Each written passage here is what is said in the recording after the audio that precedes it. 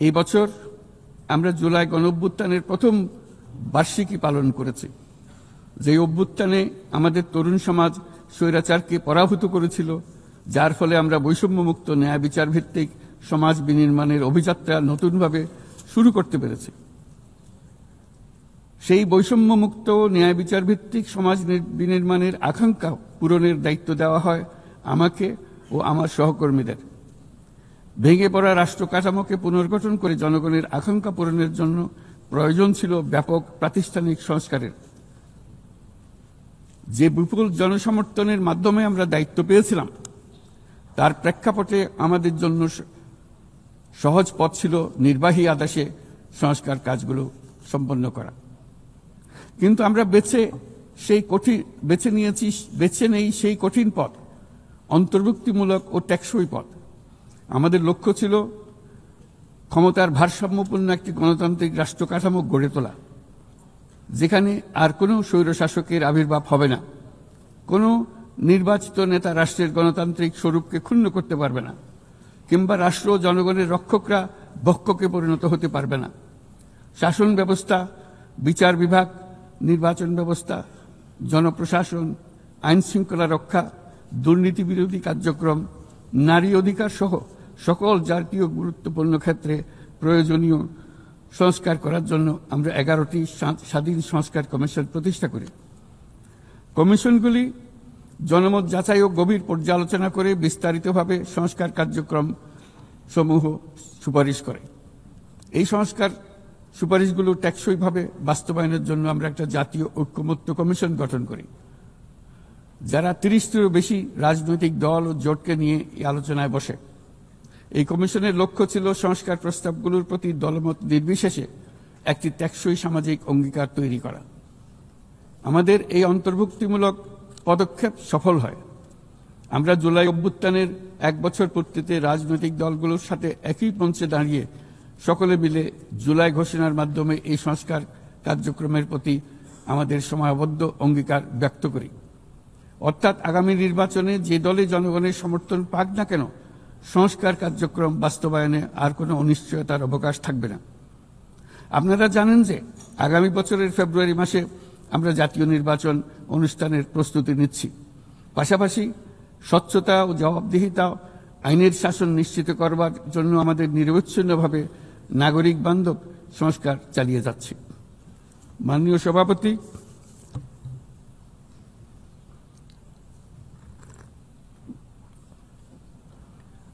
সভাপতি, গত বছর দায়িত্ব গ্রহণের কয়েক সপ্তাহের মধ্যেই আমি জাতিসংঘের মানবাধিকার বিষয়ক হাই কমিশনারকে আমন্ত্রণ জানাই পতিত স্বৈরশাসক কর্তৃক সংগঠিত মানবাধিকার লঙ্ঘন ও নৃশংসতার চিত্র উদ্ঘাটন করার জন্য।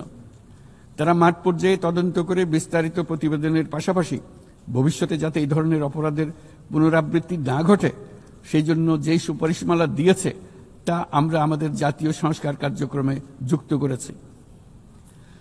গত বছর সাধারণ পরিষদের অধিবেশনের পূর্বেই আমরা গুম সম্পর্কিত আন্তর্জাতিক কনভেনশনে যোগ দিয়েছিলাম। এখন এর বিধানসমূহ জাতীয় ক্ষেত্রে বাস্তবায়নের জন্য প্রয়োজনীয় আইন প্রণয়নের কাজ চলমান রয়েছে। এবছর আমরা জাতিসংঘের নির্যাতন বিরোধী কনভেনশনের ঐচ্ছিক প্রটোকলে যোগ দিয়েছি এবং এর বাস্তবায়নে একটি স্বাধীন প্রতিরোধমূলক জাতীয় প্রাতিষ্ঠানিক ব্যবস্থা প্রতিষ্ঠার জন্য আমরা কাজ করছি। নিবর্তনমূলক স্বৈরতান্ত্রিক ব্যবস্থা হতে মানবাধিকার সুরক্ষাকারী একটি গণতান্ত্রিক রাষ্ট্র ব্যবস্থা গড়ে তোলার জন্য প্রয়োজনীয় কারিগরি সহায়তা বৃদ্ধির লক্ষ্যে আমরা আমাদের দেশে 3 বছর মেয়াদে জাতিসংঘের মানবাধিকার বিষয়ক হাই কমিশনারের একটি মিশন পরিচালনার অনুমোদন দিয়েছি, যা ইতোমধ্যে কার্যক্রম শুরু করেছে। আমাদের এই সকল পদক্ষেপ ও অঙ্গীকার জনগণের প্রত্যাশারই প্রতিফলন।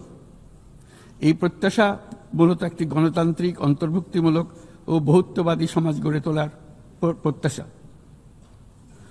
মাননীয় সভাপতি, আমাদের উন্নয়ন কৌশলের কেন্দ্রবিন্দুতে রয়েছে সুশাসন, সামাজিক অন্তর্ভুক্তি ও টেকসই উন্নয়ন।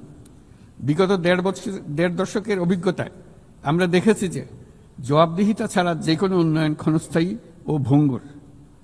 রাজনৈতিক হীনস্বার্থ ও দুর্নীতির উদ্দেশ্যে গৃহীত অবকাঠামো প্রকল্প শুধু যে অর্থনীতির উপরে চাপ বাড়ায় তা নয়, তা জনগণের কোনো কল্যাণও করে না। দায়িত্ব গ্রহণের পর আমরা একে একে আবিষ্কার করি দুর্নীতি ও জনগণের সম্পদ চুরি কি ব্যাপক বিস্তৃতি লাভ করেছিল এবং তার ফলশ্রুতিতে দেশের সামষ্টিক অর্থনীতির অবস্থা কি ভয়ানক, নাজুক ও ভঙ্গুর হয়ে পড়েছিল। আমরা এর অবসান ঘটাচ্ছি যেন আর কখনোই উন্নয়নকে জনগণের সম্পদ আত্মসাতের অজুহাত হিসেবে ব্যবহার করা না যায়। দেশের নাজুক অর্থনৈতিক পরিস্থিতি মজবুত করতে আমরা সংস্কারমূলক কিছু কঠিন কিন্তু প্রয়োজনীয় সিদ্ধান্ত গ্রহণ করেছি। সবচেয়ে গুরুত্বপূর্ণ একটা সংস্কার হলো রাজস্ব আহরণ ব্যবস্থাপনার সংস্কার। যে নীতি ও প্রণয়ন বাস্তবায়ন সংস্থাকে পৃথক করার জন্য আইন প্রণয়ন করা হয়েছে, এর মাধ্যমে স্বচ্ছতা ও জবাবদিহিতা নিশ্চিত হবে এবং রাজস্ব আহরণ বৃদ্ধি পাবে। এই উদ্যোগগুলো সদ্য সমাপ্ত FFD4 সম্মেলনে গৃহীত সেভিয়া অঙ্গীকারের সঙ্গে সামঞ্জস্যপূর্ণ। আমরা আশা করি যে বাংলাদেশে যেমন সেভিয়া অঙ্গীকারের সাথে সামঞ্জস্য রেখে সংস্কার করবার চেষ্টা করছি, তেমনি উন্নত বিশ্বেও সেভিয়ার সামষ্টিক অঙ্গীকার অনুসারে তাদের দায়িত্ব পালনে আন্তরিক হবে। একই সাথে আমরা মনে করি আন্তর্জাতিক অর্থায়ন ব্যবস্থা, বৈশ্বিক আর্থিক প্রতিষ্ঠানগুলোর সিদ্ধান্ত গ্রহণ প্রক্রিয়া ও ব্যবস্থাপনার সংস্কার, একটি অন্তর্ভুক্তিমূলক আন্তর্জাতিক কর সহযোগিতার বৈশ্বিক কাঠামো, অবৈধ আর্থিক প্রবাহ ও দুর্নীতির বিরুদ্ধে সমন্বিত বৈশ্বিক পদক্ষেপ গ্রহণ এবং অবৈধ দুর্নীতিলব্ধ অর্থ পাচারকৃত সম্পদ পুনরুদ্ধারেও আন্তর্জাতিক সহযোগিতা বৃদ্ধি অত্যন্ত গুরুত্বপূর্ণ। মাননীয় সভাপতি, দেশের পাচার হওয়া অবৈধ সম্পদ পুনরুদ্ধার করা বর্তমানে আমাদের অন্যতম শীর্ষ অগ্রাধিকার। গত 15 বছরে দুর্নীতির মাধ্যমে শত শত কোটি ডলার অবৈধভাবে বিদেশে পাচার করা হয়েছে। আমরা নিরলসভাবে এই সম্পদ ফেরত আনার চেষ্টা করছি, কিন্তু সংশ্লিষ্ট দেশগুলোর আইনি প্রক্রিয়া এবং অন্যান্য নানাবিধ প্রতিবন্ধকতার কারণে আমাদের এই প্রচেষ্টা বারে বারে বাধাগ্রস্ত হচ্ছে। সংশ্লিষ্ট দেশগুলোর দৃঢ় সদিচ্ছা ছাড়া আমরা পাচার হওয়া অবৈধ সম্পদ পুনরুদ্ধারে সফল হতে পারছি না। বিশ্বের বিদ্যমান অর্থনৈতিক ব্যবস্থা উন্নয়নশীল দেশ থেকে সম্পদের এই অবৈধ পাচারকারীদের কার্যকরীভাবে প্রতিরোধ করতে ব্যর্থ হচ্ছে। কোনো কোনো ক্ষেত্রে আন্তর্জাতিক আর্থিক প্রতিষ্ঠানগুলোর বিধিবিধানগুলো বিশ্বব্যাপী বিভিন্ন ট্যাক্স হ্যাভেনে বিপুল পরিমাণে অবৈধ অর্থ স্থানান্তরে উৎসাহিত করছে। তাই যেসব দেশ ও প্রতিষ্ঠান এই পাচারকৃত সম্পদ গচ্ছিত রাখবার সুযোগ দিচ্ছে, তাদের আমি আহ্বান জানাচ্ছি তারা যেন এই অপরাধের সঙ্গে শরিক না হয়। এই সম্পদ তার প্রকৃত মালিককে অর্থাৎ কৃষক, শ্রমিক এবং সাধারণ করদাতাদের নিকট ফিরিয়ে দেন।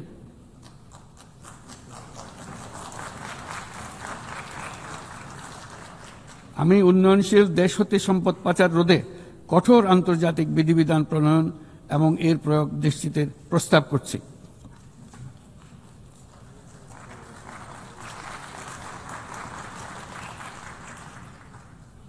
মাননীয় সভাপতি, রাজস্ব খাতের ঐতিহাসিক সংস্কারের পাশাপাশি আমরা বাজারভিত্তিক মুদ্রা বিনিময় হার চালু করেছি। ব্যাংক খাতে অ্যাসেট কোয়ালিটি রিভিউ, নতুন ব্যাংক রেজলিউশন অধ্যাদেশ, আসন্ন ডিপোজিট প্রোটেকশন অধ্যাদেশের মাধ্যমে শৃঙ্খলা ও স্থিতিশীলতা ফিরিয়ে আনছি। পুঁজিবাজারে সংস্কার, টাস্কফোর্স ও শক্তিশালী তদন্ত ব্যবস্থার মাধ্যমে তদারকি আধুনিকীকরণ করেছি। সরকারি ক্রয় ব্যবস্থায় ডিজিটাল টেন্ডারিং বাধ্যতামূলক করা হয়েছে এবং স্বার্থের সংঘাত সংশ্লিষ্ট তথ্য প্রকাশ বাধ্যতামূলক করা হয়েছে। পাশাপাশি নতুন পাবলিক অ্যাকাউন্টস অডিট অধ্যাদেশের মাধ্যমে জবাবদিহিতা আরও জোরদার করা হয়েছে। শুধুমাত্র আর্থিক স্থিতিশীলতা অর্জনের সীমাবদ্ধ না থেকে আমরা বিনিয়োগ বান্ধব পরিবেশ গড়ে তুলছি। বাংলাদেশ সিঙ্গল উইন্ডো এখন 19টি সংস্থাকে একীভূত করে কাস্টম প্রক্রিয়া সহজ করেছে। দ্রুত বাণিজ্যিক বিরোধ নিষ্পত্তির জন্য বিশেষায়িত বাণিজ্য আদালত গঠিত হয়েছে। বিনিয়োগ উন্নয়ন কর্তৃপক্ষ বা বিডা ওয়ান স্টপ সার্ভিস সাবলীলভাবে প্রদানের জন্য সমন্বয় কমিটি গঠন করেছে। নিয়ন্ত্রণ কর্তৃপক্ষগুলোকে একই ছাদের নিচে নিয়ে আসা হয়েছে এবং ভিসা ও ওয়ার্ক পারমিট প্রক্রিয়া সহজ করা হয়েছে। FDI, হিটম্যাপ ও জাতীয় সেমিকন্ডাক্টর টাস্কফোর্স বিনিয়োগকারীদের কাছে উচ্চ সম্ভাবনাময় খাতগুলোর তথ্য সহজ ও স্বচ্ছভাবে তুলে ধরছে। বাণিজ্য লজিস্টিক্সেও উন্নতি ঘটেছে। চট্টগ্রাম বন্দরে গত আগস্টে কন্টেইনার হ্যান্ডলিংয়ে 27% প্রবৃদ্ধি ঘটেছে, যা দক্ষতার উল্লেখযোগ্য অগ্রগতি নির্দেশ করে। এসব উদ্যোগ অর্থনৈতিক শাসন ব্যবস্থাকে যেমন সুদৃঢ় করেছে, তেমনি বিনিয়োগকারীকেও নিরাপদ করেছে। এসব সংস্কারের ফলে বাংলাদেশ এখন টেকসই ও অন্তর্ভুক্তিমূলক বিনিয়োগ ও অর্থনৈতিক প্রবৃদ্ধির এক পর্যায়ে প্রবেশ করেছে। এর পাশাপাশি এত স্বল্প সময়ে অর্থনৈতিকভাবে ঘুরে দাঁড়ানোর পেছনে আমাদের প্রবাসীরা গুরুত্বপূর্ণ অবদান রেখেছেন।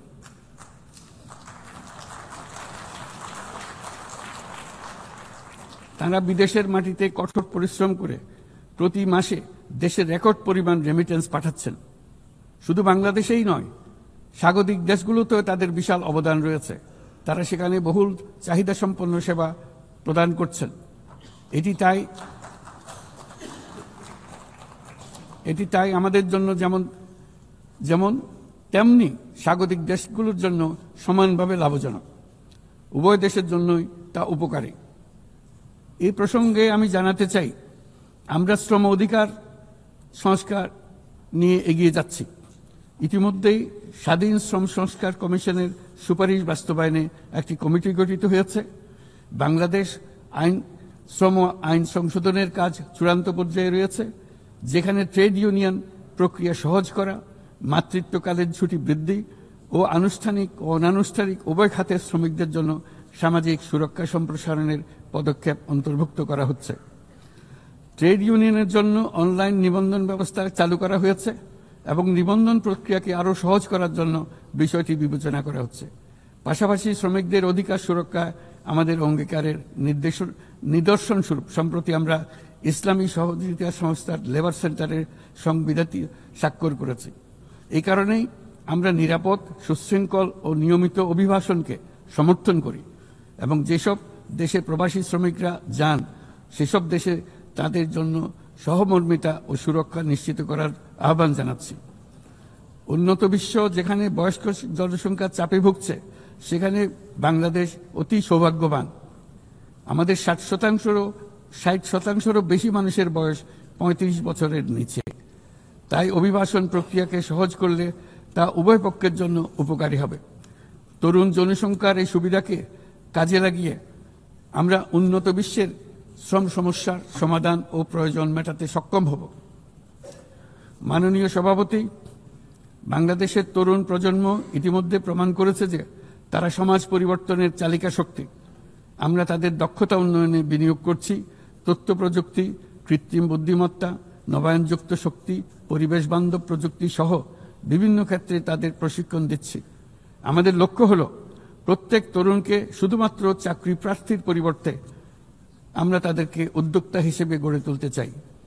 এই উদ্দেশ্যে আমরা জাতিসংঘের সঙ্গে অংশীদারিত্বে মাঠ পর্যায়ে তরুণদের সঙ্গে সরকারের শীর্ষ নীতি নির্ধারকদের যুক্ত করার একটা স্থায়ী মাধ্যম চালু করেছি। ইতিমধ্যেই এই বিষয়ে সারা দেশে একাধিক পরামর্শ সভার আয়োজন করা হয়েছে। আজকের তরুণরা স্থানীয় পর্যায় থেকে জাতীয় পর্যায় পর্যন্ত সিদ্ধান্ত গ্রহণে অনলাইন, অফলাইন ফোরাম, জরিপ এবং প্রচারণার মাধ্যমে তাদের জনপ্রতিনিধিদের সঙ্গে সরাসরি যুক্ত থাকতে চায়। তারা নেতৃত্ব বিকাশ, দক্ষতা বৃদ্ধি এবং ডিজিটাল সক্ষমতা উন্নয়নের জন্য আরও বেশি সুযোগ চায়। তারা চায় এই প্রক্রিয়ায় জবাবদিহিতা অন্তর্ভুক্ত থাকুক, নিয়মিত অগ্রগতি প্রতিবেদন এবং অব্যাহত সংলাপের প্রতিশ্রুতি থাকুক। সর্বোপরি প্রক্রিয়াটি হোক অন্তর্ভুক্তিমূলক, যাতে নারী, সংখ্যালঘু সম্প্রদায়, প্রতিবন্ধী, প্রান্তিক জনগোষ্ঠী সকলের অংশগ্রহণ ও নেতৃত্বের সমান সুযোগ থাকে। তরুণদের নিয়ে পরিকল্পনার ক্ষেত্রে এই বছরটি বিশেষভাবে গুরুত্বপূর্ণ, কারণ এই বছর আমরা বিশ্ব যুব পরিকল্পনায় 30তম বার্ষিকী পালন করছি। শুধু বর্তমান প্রজন্মের তরুণদের চ্যালেঞ্জ নয়, এই বছর তাই ভবিষ্যতেও তারা যে সংকট ও সমস্যার মুখোমুখি হবে তা অনুধাবন করে তার সম্ভাব্য সমাধান খুঁজে বের করারও সুযোগ এনে দিয়েছে। দ্রুত পরিবর্তনশীল প্রযুক্তির এই যুগে উন্নয়নশীল বিশ্বের তরুণদের জন্য আরও গভীর এক ডিজিটাল বিভাজন তৈরি হওয়ার ঝুঁকি আজ আমাদের একটি বড় উদ্বেগ। কোয়ান্টাম কম্পিউটিং, কৃত্রিম বুদ্ধিমত্তা, ভাষাভিত্তিক বৃহৎ মডেল কিংবা আধুনিক যোগাযোগ ব্যবস্থা এইসব প্রযুক্তি যেন তাই পক্ষপাতদুষ্ট না হয় এবং এর সুফল যেন ন্যায্যভাবে সবার কাছে পৌঁছায়, তা আজ আমাদের নিশ্চিত করতে হবে। অন্যথায় বিশ্বব্যাপী এমন একটি প্রজন্ম তৈরি হবার ঝুঁকি রয়েছে যারা নিজেদেরকে বঞ্চিত, প্রান্তিক, অন্যায় অবিচারের শিকার হিসেবে বিবেচনা করবে। তারা সকল ধরনের ক্ষতিকারক প্রলোভনের সহজ লক্ষ্যবস্তুতে পরিণত হবে। আমরা মনে করি প্রযুক্তিগত উন্নয়নের সুফল বিশ্বব্যাপী ছড়িয়ে দিয়ে তরুণদের ঝুঁকিমুক্ত রাখার জন্য শুধু প্রযুক্তিগত উদ্ভাবন যথেষ্ট নয়, প্রয়োজন সামাজিক উদ্বোধন। আমরা প্রায় অর্ধ শতাব্দী আগে ক্ষুদ্র ঋণের ধারণা নিয়ে এসেছিলাম। তখন সেটি ছিল প্রথাগত ধারণার বিরুদ্ধে এক বৈপ্লবিক নিরীক্ষা, কিন্তু আজ বিশ্বব্যাপী তা মূলধারার হাতিয়ার হিসেবে স্বীকৃত। ক্ষুদ্র ঋণ লক্ষ লক্ষ মানুষকে দারিদ্র্য থেকে মুক্ত করেছে। উদাহরণস্বরূপ, এমনকি মার্কিন যুক্তরাষ্ট্রে গ্রামীণ আমেরিকা বছরে এখন 6 বিলিয়ন, এখন সব মিলিয়ে $6 বিলিয়ন উপর ঋণ নিম্ন আয়ের নারী উদ্যোক্তাদের মধ্যে বিতরণ করেছে এবং এর প্রায় শতভাগ নিয়মিতভাবে পরিশোধ করে যাচ্ছে। বাংলাদেশ ও বিশ্বজুড়ে আজ সামাজিক ব্যবসার যে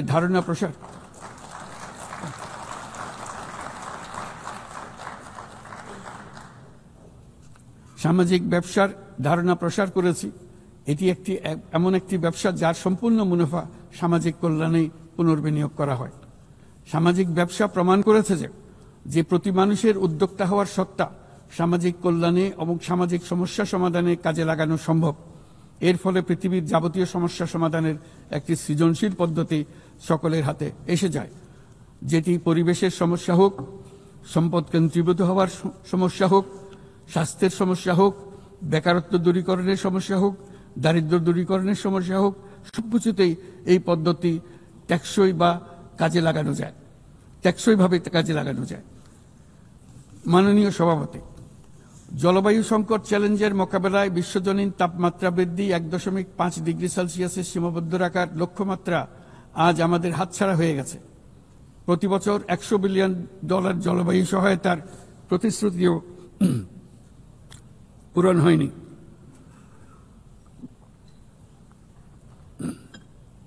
বরং যে ক্ষুদ্র অঙ্কের অর্থ বরাদ্দ হয়ে থাকে তাও কাগজে কলমে দেখানো হচ্ছে বহুগুণ হিসেবে। এটি সম্পূর্ণ অগ্রহণযোগ্য। আমাদের সন্তানদের ভবিষ্যতের জন্য এখনই কার্যকর ব্যবস্থা নিতে হবে। লস অ্যান্ড ড্যামেজ ফান্ড পুরোপুরি চালু করতে হবে।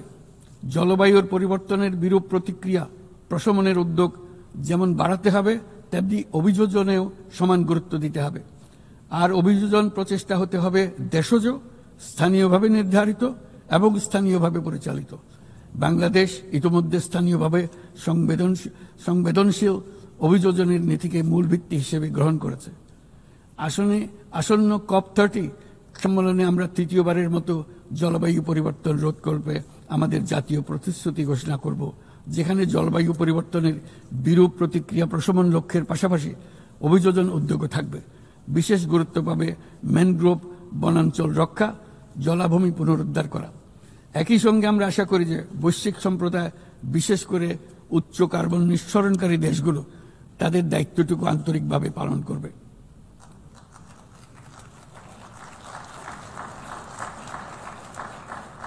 মাননীয় সভাপতি, বর্তমানের আরেকটি বড় চ্যালেঞ্জ হলো বিশ্ব বাণিজ্যে সংরক্ষণবাদের উত্থান। আমাদের সময়ে আমরা দেখেছি বাণিজ্য ও বিশ্বায়নের সুফল মাত্র 3 দশকে 100 কোটি মানুষকে দারিদ্র্য থেকে মুক্ত করেছে। এখন যদি আমরা উল্টো পথে হাঁটি তবে আমাদের সন্তানদের সেই সুযোগ আর থাকবে না। এটা অনস্বীকার্য যে বাণিজ্যের ক্ষেত্রে প্রতিটি দেশের সার্বভৌম স্বার্থ সুরক্ষিত রাখতে হবে এবং কোনো দেশকে তার সাধ্যের অতিরিক্ত বোঝা বইতে দেওয়া যাবে না। কিন্তু বৈশ্বিক শান্তি ও সমৃদ্ধি টিকিয়ে রাখার স্বার্থে উন্মুক্ত, ন্যায়সঙ্গত, নিয়মভিত্তিক বৈশ্বিক বাণিজ্যের কোনো বিকল্প নেই। তাছাড়া বৈশ্বিক বাণিজ্যে দ্রুত সামাজিক ব্যবসার প্রসার ঘটাতে হবে। উন্নয়ন সহায়তার একটি বড় অংশ সামাজিক ব্যবসায় প্রসারে বিশ্বময় ক্রমাগতভাবে জোরদার করতে হবে। আমার প্রজন্মে দেখেছি কিভাবে একটি পারস্পরিক নির্ভরশীল বৈশ্বিক অর্থনৈতিক ব্যবস্থা যে কোনো সংঘাতকে ব্যয়বহুল করে তুলেছে এবং বিশ্বের শান্তি টিকিয়ে রাখতে সাহায্য করেছে। আজ বিশ্বব্যাপী 120টিরও বেশি সশস্ত্র সংঘাত চলছে। পারস্পরিক পারস্পরিক অর্থনৈতিক নির্ভরশীলতা ভেঙে গেলে এরকম সংঘাত আরো বাড়বে, ব্যাহত হবে উন্নয়ন, বিনষ্ট হবে বিশ্ব শান্তি। মাননীয় সভাপতি, আমাদের প্রতিবেশী দেশ মায়ানমারে চলমান সংঘাত সমগ্র অঞ্চলের জন্য এক গভীর উদ্বেগজনক পরিস্থিতির সৃষ্টি করেছে। এটি যে শুধু আঞ্চলিক স্থিতিশীলতাকে ঝুঁকিতে ফেলছে তা নয়, বরং বাংলাদেশে আশ্রয়প্রাপ্ত বলপূর্বক বাস্তুচ্যুত রোহিঙ্গাদের তাদের মাতৃভূমি মায়ানমারে প্রত্যাবাসনকেও কঠিন করে তুলেছে। 8 বছর পার হয়ে গেল, রোহিঙ্গা সংকটের কোনো সমাধান হলো না। উপরন্তু বাংলাদেশ প্রতিনিয়তই মায়ানমার থেকে আগত রোহিঙ্গাদের আশ্রয় দিয়ে চলেছে। স্পষ্টতই সাংস্কৃতিক পরিচয়ভিত্তিক রাজনীতির কারণে রোহিঙ্গাদের উপর অধিকার বঞ্চনা ও নির্যাতন রাখাইনে অব্যাহত রয়েছে। রোহিঙ্গাদের প্রান্তিকীকরণ প্রক্রিয়া আর চলতে দেওয়া যাবে না। যেসব বৈষম্যমূলক নীতি ও কর্মকাণ্ড আজকের এই পরিস্থিতি তৈরি করেছে, তার সমাধান ও প্রতিকারমূলক ব্যবস্থা এখনই গ্রহণ করা সম্ভব। তার জন্য পূর্ণাঙ্গ জাতীয় সংঘাত রাজনৈতিক মীমাংসার অপেক্ষা করার প্রয়োজন নেই। রাখাইনের সমস্যাগুলো চূড়ান্তভাবে রাজনৈতিক সমাধান করা দরকার। তবে এর জন্য রাখাইন অঞ্চলের সংশ্লিষ্ট সকল জাতিসত্তার অংশগ্রহণে এমন একটি বন্দোবস্ত প্রয়োজন যেন রোহিঙ্গারা সম অধিকার ও নাগরিকত্ব সহ সমাজের অংশ হতে পারে।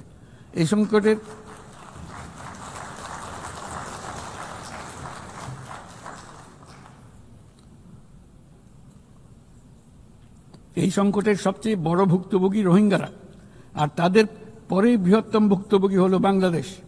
তবে আমাদের মনে রাখতে হবে যে রোহিঙ্গা সংকট কোনোভাবেই মায়ানমারের সঙ্গে বাংলাদেশের কোনো দ্বিপাক্ষিক বিষয় নয়, বরং আমরা শুধু একটি দায়িত্বশীল প্রতিবেশী এবং আন্তর্জাতিক সম্প্রদায়ের দায়িত্বশীল সদস্য হিসেবে আমাদের দায়িত্ব পালন করে যাচ্ছি। কিন্তু তহবিল সংকটের কারণে আজকে রোহিঙ্গা ক্যাম্পগুলোতে ন্যূনতম জীবনমান বজায় রাখার আমাদের যৌথ প্রয়াসও ভেঙে পড়ার উপক্রম হয়েছে। বিশ্ব খাদ্য কর্মসূচি তাদের জরুরি সহায়তা কার্যক্রমে মারাত্মক তহবিল ঘাটতির বিষয়ে ইতোমধ্যে সতর্ক করে দিয়েছে আমাদেরকে। অবিলম্বে নতুন তহবিল না এলে মাসিক রেশন অর্ধেকে নামিয়ে এনে মাথাপিছু মাত্র $6 নামিয়ে আনতে বাধ্য হবে, যা রোহিঙ্গাদের অনাহার ও অপুষ্টিতে নিমজ্জিত করবে, যা তাদেরকে আগ্রাসী কোনো পদক্ষেপ নিতে বাধ্য করবে। তহবিলের অতিরিক্ত কাটছাট হলে তা নিঃসন্দেহে সুরক্ষা ও নিরাপত্তা ঝুঁকি বহুগুণ বৃদ্ধি করবে, যা ক্যাম্পের সীমানা ছাড়িয়ে যেতে পারে। তাই আমি বিদ্যমান দাতাদের সাহায্য বাড়াতে এবং সম্ভাব্য নতুন দাতাদের অনুদান প্রদানের আহ্বান জানাচ্ছি, যাতে এই বিপর্যয়কর পরিস্থিতি এড়ানো যায়। মানবিক সহায়তার জন্য নতুন ও বর্ধিত তহবিলের বাইরে আন্তর্জাতিক সম্প্রদায়কে অবশ্যই মায়ানমার সরকার এবং রাখাইনের অন্যান্য অংশীদারদের উপর ইতিবাচক পরিবর্তন ও দ্রুত রাজনৈতিক সমাধানের জন্য চাপ প্রয়োগ করতে হবে। অন্যান্য প্রতিবেশী দেশগুলোকেও তাদের দায়িত্ব পালন করতে হবে। রাখাইনে স্থিতিশীলতা আনতে আন্তর্জাতিক সম্প্রদায়ের যে কোনো যৌথ প্রচেষ্টায় সহযোগিতা দিতে বাংলাদেশ সর্বদা প্রস্তুত। আমরা আশা করি আগামী 30শে সেপ্টেম্বরের উচ্চ পর্যায়ের সম্মেলন বিশ্বব্যাপী দৃঢ় সংকল্প তৈরি করবে এবং রোহিঙ্গাদের জন্য বাস্তবসম্মত আন্তর্জাতিক সহায়তা নিশ্চিত করবে, যেখানে তহবিল সংগ্রহ সর্বোচ্চ অগ্রাধিকার পাবে। একই সঙ্গে আন্তর্জাতিকভাবে একটি রোডম্যাপ গৃহীত হবে এবং সময়বদ্ধ কর্মপরিকল্পনা গ্রহণের মাধ্যমে রোহিঙ্গা সংকটের স্থায়ী সমাধান খুঁজে পাওয়া সম্ভব হবে। মাননীয় সভাপতি, শুধু মায়ানমার নয়, এবছর আমরা পৃথিবীর প্রায় প্রতিটি প্রান্তেই সংঘাত প্রত্যক্ষ করেছি। ইউরোপ, দক্ষিণ এশিয়া, মধ্যপ্রাচ্য, বিশ্বের সবচাইতে ঘনবসতিপূর্ণ অঞ্চলে আমরা বাস করি। বিশ্বের আর কোনো অঞ্চলে এত সংখ্যক পারমাণবিক অস্ত্রধারী রাষ্ট্র এত অল্প দূরত্বে অবস্থান করছে না। তাই নিরস্ত্রীকরণ, পারমাণবিক অস্ত্রের বিস্তার রোধের গুরুত্ব আমরা গভীরভাবে উপলব্ধি করতে পারি। আমরা সময়ের সঙ্গে দুর্বল হয়ে পড়া বৈশ্বিক অস্ত্র নিয়ন্ত্রণ চুক্তিগুলোকে পুনর্জীবিত করার জন্য জোর দাবি জানাচ্ছি। বিশেষ করে মধ্যপ্রাচ্য ও দক্ষিণ এশিয়ায় পারমাণবিক অস্ত্রমুক্ত অঞ্চল প্রতিষ্ঠার আহ্বান জানাচ্ছি। একই সঙ্গে আমরা পূর্ণ স্বচ্ছতার সঙ্গে শান্তিপূর্ণভাবে পারমাণবিক শক্তি ব্যবহারের যে অধিকার প্রতিটি রাষ্ট্রের রয়েছে তার প্রতি পূর্ণ সমর্থন জানাচ্ছি। একটি দায়িত্বশীল দেশ হিসেবে আমাদের প্রথম পারমাণবিক বিদ্যুৎ কেন্দ্র চালু করার আগেই এই বছর আমরা আন্তর্জাতিক পরমাণু শক্তি সংস্থার আওতাধীন পরমাণু নিরাপত্তা ও বর্জ্য ব্যবস্থাপনা সম্পর্কিত যৌথ কনভেনশনে যোগদান করেছি। এই যোগদানের মাধ্যমে সর্বোচ্চ মানের পারমাণবিক নিরাপত্তা ও স্বচ্ছতার প্রতি আমরা আমাদের প্রতিশ্রুতি পুনর্ব্যক্ত করছি। মাননীয় সভাপতি, আমি সবসময় মানুষকে আশার বাণী শুনিয়েছি, কখনো ভয় দেখিয়ে কিছু করা আমি সমর্থন করিনি, কিন্তু আজ আমাকে সেখান থেকে সরে এসে ভয়ঙ্কর কিছু কথা বলতে হচ্ছে। আজ আমি সতর্ক করছি, চরম জাতীয়তাবাদ, অন্যের ক্ষতি হয় এমন ভূ রাজনীতি এবং অন্যের দুর্ভোগ ও পীড়নের প্রতি ওদেশশূন্য বহু দশকের পরিশ্রমে আমরা যে অগ্রগতি অর্জন করেছি তা ধ্বংস করে দিচ্ছে। এর সবচেয়ে মর্মান্তিক চিত্র আমরা দেখেছি গাজায়। শিশুরা না খেয়ে অকাল মৃত্যুবরণ করছে, বেসামরিক জনগোষ্ঠীকে নির্বিচারে হত্যা করছে, হাসপাতাল, স্কুল সহ একটা গোটা জনপদ নিশ্চিহ্ন করে দিচ্ছে। জাতিসংঘের স্বাধীন তদন্ত কমিশনের সাথে আমরাও একমত যে আমাদের চোখের সামনেই একটি নির্বিচার গণহত্যা সংঘটিত হচ্ছে। আমাদের দুর্ভাগ্য যে মানব জাতির পক্ষ থেকে এর অবসানে আমরা সর্বোচ্চ চেষ্টা করছি না এখনো। এই অবস্থা চলতে থাকলে ভবিষ্যৎ প্রজন্ম ও ইতিহাস আমাদেরকে ক্ষমা করবে না।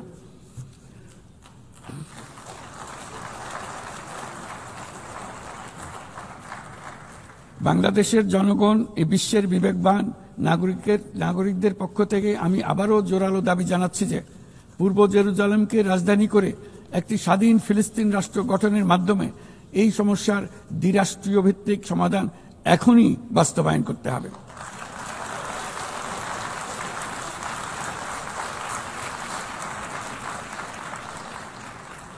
শুধুমাত্র 1967 সালের পূর্বের সীমারেখার ভিত্তিতে যেখানে ইসরায়েল ও ফিলিস্তিনি শান্তিপূর্ণ সহাবস্থানে থাকবে তখনই ন্যায় বিচার সম্পূর্ণভাবে কার্যকর হবে।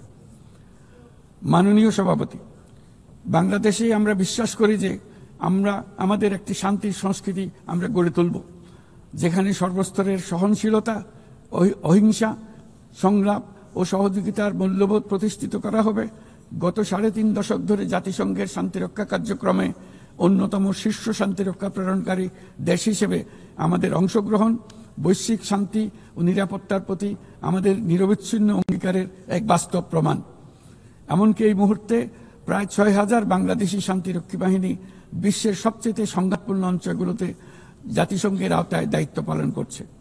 আজ পর্যন্ত মোট 168 জন বাংলাদেশি শান্তিরক্ষী তাদের দায়িত্ব পালনকালে শহীদ হয়েছেন। একাধিক গবেষণায় একথা বারবার প্রমাণিত হয়েছে।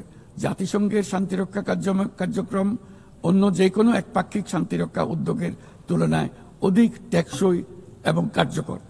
তাই বিশ্বের শান্তিরক্ষাকারী এই কার্যক্রমের ধারাবাহিকতা ও কার্যকারিতা রক্ষায় আমরা জাতিসংঘের শান্তিরক্ষা অভিযানের জন্য স্পষ্ট ও বাস্তবসম্মত ম্যান্ডেট এবং পর্যাপ্ত বাজেট বরাদ্দের দাবি জানাচ্ছি। শান্তিরক্ষীদের নিরাপত্তা এবং তাদের বিরুদ্ধে সংঘটিত অপরাধের জবাবদিহিতা নিশ্চিত করাও সর্বোচ্চ গুরুত্বের সঙ্গে বিবেচনা করা উচিত। দেশে এবং আন্তর্জাতিক পরিসরে বহু ভাষিকতাকে বাংলাদেশ সক্রিয়ভাবে উৎসাহিত করে, কারণ আমরা বিশ্বাস করি যে ভাষাগত ও সাংস্কৃতিক বৈচিত্র্য পারস্পরিক বোঝাপড়াকে আরো গভীর করে। একবিংশ শতাব্দীতে কোনো সমাজেই ঘৃণা, অসহিষ্ণুতা, বর্ণবাদ, বিদেশিদের প্রতি বিদ্বেষ বা ইসলাম বিদ্বেষীদের কোনো স্থান নেই।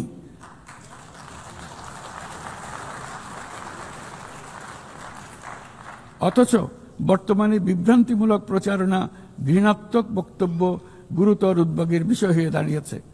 গত বছর বাংলাদেশে ছাত্র জনতার অভ্যুত্থান পরবর্তী সময়ে বিভিন্ন স্বার্থান্বেষী গোষ্ঠীর পক্ষ থেকে উদ্দেশ্যমূলকভাবে বিভ্রান্তিকর সংবাদ ছড়ানো হয়েছে, যা এখনো চলমান রয়েছে।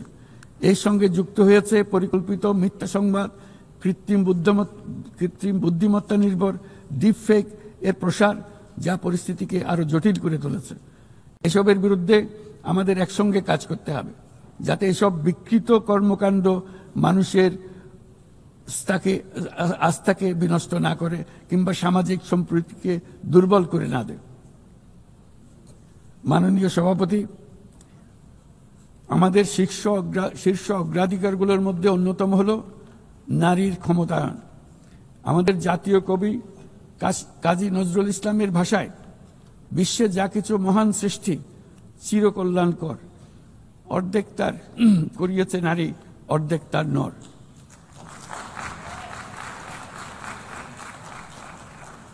প্রকৃতপক্ষে বর্তমান বিশ্বে অনেক গুরুত্বপূর্ণ ক্ষেত্রে নারীদের অবদান অর্ধেকেরও বেশি।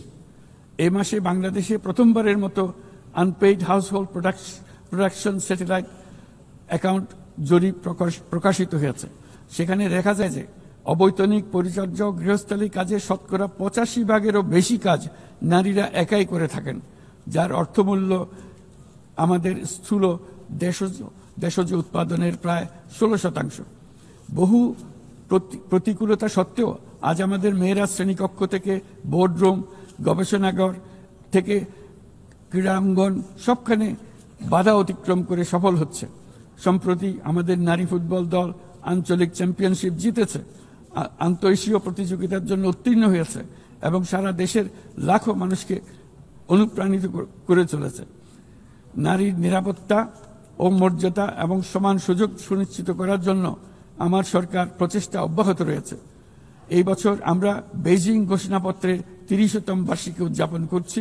এই উপলক্ষে নারীর ক্ষমতায়নে আমাদের অঙ্গীকারকে আরও জোরদার করতে আমরা বেইজিং +30 অ্যাকশন এজেন্ডা এর অধীনে আগামী 5 বছরে বাস্তবায়নের লক্ষ্য নিয়ে 4টি জাতীয় প্রতিশ্রুতি ঘোষণা করেছি। এর মধ্যে রয়েছে যৌন হয়রানি প্রতিরোধ, সুরক্ষা সংক্রান্ত আইন প্রণয়ন করা, নারীর অবৈতনিক পরিচর্যা ও গৃহস্থলী কাজের স্বীকৃতি ও মূল্যায়ন নিশ্চিত করা, রাজনৈতিক ও জনপরিসরে নারীর অংশগ্রহণ বৃদ্ধি করা, নারীর সমতা ও ক্ষমতায়নের প্রতি সংবেদনশীল বাজেট প্রণয়ন পদ্ধতি শক্তিশালী করা। মাননীয় সভাপতি,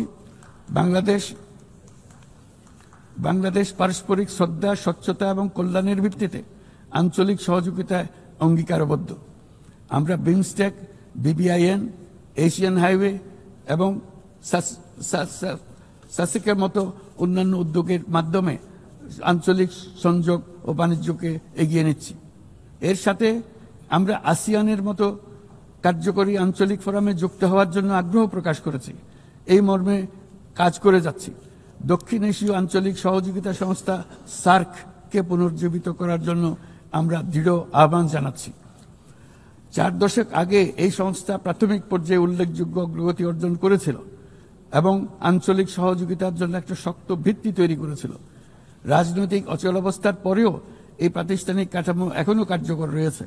আমরা বিশ্বাস করি SAARC এখনো আমাদের অঞ্চলের কোটি কোটি মানুষের জন্য কল্যাণ এনে দিতে সক্ষম, যেমনটি আসিয়ান তাদের অঞ্চলের কোটি কোটি মানুষের জন্য করে যাচ্ছে। সম্মিলিত উন্নয়নের জন্য প্রতিবেশী দেশগুলোর মধ্যে আঞ্চলিক সহযোগিতার কোনো বিকল্প নেই। একই সাথে অভিন্ন প্রাকৃতিক সম্পদের ব্যবহারে ন্যায্যতা ও সহমর্মিতার চর্চা করা একান্ত প্রয়োজন। প্রাকৃতিক সম্পদের ব্যবহার নিয়ে শান্তিপূর্ণ আঞ্চলিক সহযোগিতায় বাংলাদেশ দৃঢ়ভাবে অঙ্গীকারবদ্ধ।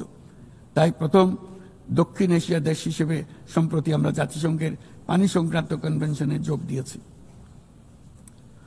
মাননীয় সভাপতি, শতাব্দীর পর শতাব্দী ধরে রাজনৈতিক শোষণ, সম্পদ লুণ্ঠন, কাঠামোগত বৈষম্য আজকের অসম উন্নয়নের বাস্তবতা তৈরি করে গিয়েছে।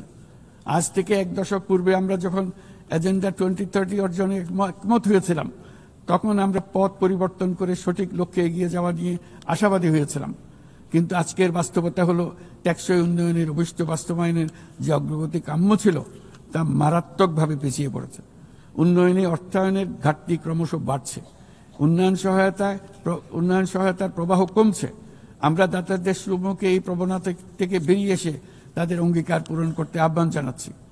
আমরা স্বল্পোন্নত দেশ হতে উন্নয়নশীল দেশ হিসেবে উত্তরণের প্রক্রিয়ায় আছি। আমাদের মসৃণ ও টেকসই উত্তরণ নিশ্চিত করতে আন্তর্জাতিক সম্প্রদায়ে, বিশেষ করে জাতিসংঘের সংশ্লিষ্ট সংস্থাসমূহের সহযোগিতা অত্যন্ত জরুরি। তাদের সাহায্য সহায়তা আমরা কামনা করছি। এ বিষয়ে OHRLS সহ সংশ্লিষ্ট সংস্থাসমূহের কার্যক্রমকে সাধুবাদ জানাই। স্বল্পোন্নত দেশসমূহ এবং ঝুঁকিতে থাকা অন্যান্য দেশগুলোর প্রতি আমাদের কার্যকর সহযোগিতা প্রদানের জন্য আমরা আমাদের দপ্তরকে আরও শক্তিশালী করার আহ্বান জানাচ্ছি। একই সঙ্গে অনুদান ও ঋণের পাশাপাশি সরকারি ও বেসরকারি উদ্যোগে সামাজিক ব্যবসা খাতকে বিপুলভাবে এগিয়ে দিয়ে যাওয়ার জন্য আহ্বান জানাচ্ছি। এই নতুন পদ্ধতি দাতা ও গ্রহীতা উভয় দেশের জন্য মঙ্গলজনক হবে এবং উৎসাহব্যঞ্জক হবে। সৃজনশীলতার অতি উচ্চ পর্যায়ে যেতে আমাদের সহায়ক হবে। মাননীয় সভাপতি, বাংলাদেশের অগ্রগতি উন্নয়নের অভিযাত্রায় জাতিসংঘের অবদানকে আমরা সাধুবাদ জানাই। বিশ্বশান্তি ও নিরাপত্তা উন্নয়ন, মানবাধিকার, জাতিসংঘের এই 3টি স্তম্ভের প্রতি আমরা পূর্ণ আস্থা পুনর্ব্যক্ত করছি। আমার বক্তব্যের শুরুতেই আমি বলেছিলাম যে আজ 8 দশকে জাতিসংঘ বারবার দেখিয়েছে যে বহুপাক্ষিক কূটনীতি মানব জাতিকে আরো ভালোভাবে একসঙ্গে বেঁচে থাকার সহায়তা করে। তবু এর 80তম বার্ষিকীতে আমাদের স্বীকার করতেই হবে যে বহুপাক্ষিক কূটনীতি আজ নানা রকম চাপের মধ্যে রয়েছে। প্রায়শই অসম দ্বিপাক্ষিক সম্পর্কের টানাপোড়েনে আবারও প্রমাণ করেছে যে বহুপাক্ষিক কূটনীতি আমাদের শেষ এবং সর্বোত্তম ভরসা। তাই বহুপাক্ষিক কূটনীতির ধারক ও বাহক জাতিসংঘকে উজ্জীবিত রাখতে আমরা সদস্য রাষ্ট্রগুলোর সাথে পূর্ণ স্বচ্ছতা ও আন্তরিকতা আলোচনার আহ্বান জানাচ্ছি। বর্তমান সময়ের দাবি মেটাতে বহুপাক্ষিকতার প্রতি আমাদের যৌথ আকাঙ্ক্ষা পূরণ করতে হলে জাতিসংঘকে ক্রমাগত বিকশিত ও অভিযোজিত হতে হবে। আমার এই মর্মে আমরা মহাসচিবের UN80 উদ্যোগকে স্বাগত জানাই। তবে একই সঙ্গে জোর দিয়ে বলতে চাই যে সংস্কারের নামে যেন বহুপাক্ষিকতাকে দুর্বল করা না হয় বা উন্নয়নশীল দেশগুলোর কণ্ঠস্বরকে অবহেলা না করা হয়। সংস্কারের একমাত্র লক্ষ্য হওয়া উচিত মাঠ পর্যায়ে বাস্তব ও ইতিবাচক পরিবর্তন আনা। জনাব সভাপতি, গত বছর আমার জনগণ প্রমাণ করেছে যে জগতে অন্যায়ের বিনাশ অবশ্যম্ভাবী। তারা প্রমাণ করেছে যে পরিবর্তন যেমন সম্ভব তেমনি এটা অপরিহার্য। আমাদের মনে রাখা দরকার যে সামনের দিনে যে চ্যালেঞ্জগুলো আমাদের আসছে তা কোনো দেশের পক্ষে একা মোকাবেলা করা সম্ভব নয়। একই সঙ্গে আমাদের এটাও মনে রাখতে হবে যে বর্তমান পৃথিবীতে কোনো একটি দেশ সংকটে পড়লে অথবা বিশ্বের কোনো এক প্রান্তে সংকট দেখা দিলে সমগ্র বিশ্বের নিরাপত্তায় ঝুঁকির মুখে পড়ে যায়। আমাদেরকে 3-0 পৃথিবী গড়ার স্বপ্ন নিয়ে অগ্রসর হতে হবে। তরুণরা 3-0 বাস্তবায়নের সৈনিক হয়ে বড় হবে। তাদের সামনে থাকবে শূন্য কার্বন, শূন্য সম্পদ কেন্দ্রীভূতকরণ ও শূন্য বেকারত্ব। এর ভিত্তিতে তারা গড়ে তুলবে তাদের পৃথিবী। 3-0 পৃথিবী গড়া জাতিপুঞ্জের সকলের স্বপ্ন হোক, এই কামনা ব্যক্ত করে আমার বক্তব্য এখানে শেষ করছি। সবাইকে ধন্যবাদ। অসংখ্য ধন্যবাদ।